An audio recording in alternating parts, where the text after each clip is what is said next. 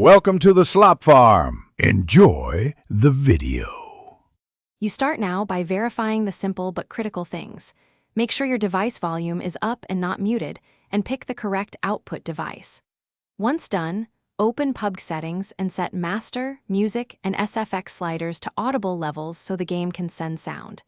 If you use a headset, unplug it and test your speakers to rule out accessory faults.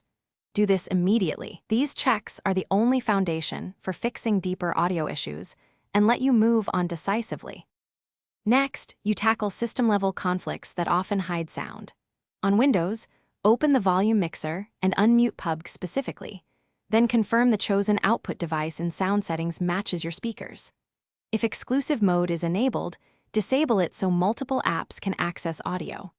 Update or roll back your audio driver to eliminate recent regressions, and restart the audio service or Bluetooth stack if you suspect wireless audio interference. These steps address software-level roadblocks so the game can actually play its sound reliably.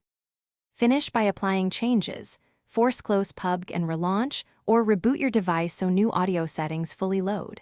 If sound remains absent, clear the app cache or reinstall the game to remove corrupted audio assets.